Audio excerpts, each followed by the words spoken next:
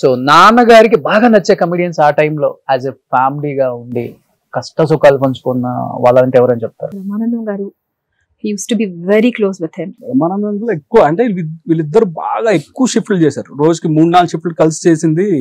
First Brahmanandam, AVS అనేవాళ్ళు. అప్పుడు సినిమాలన్నీ వీళ్ళిద్దరు ఎక్కువ చేశారు.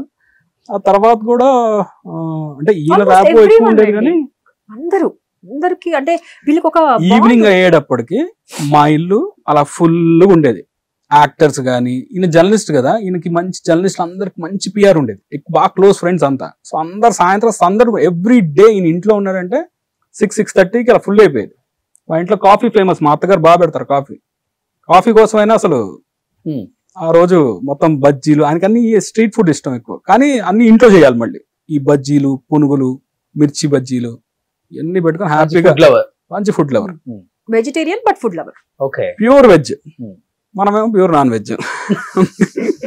సుమన్ టీవీలో మీ పర్సనల్ అండ్ బిజినెస్ ప్రమోషన్స్ కోసం కింది నెంబర్కి కాంటాక్ట్ చేయండి.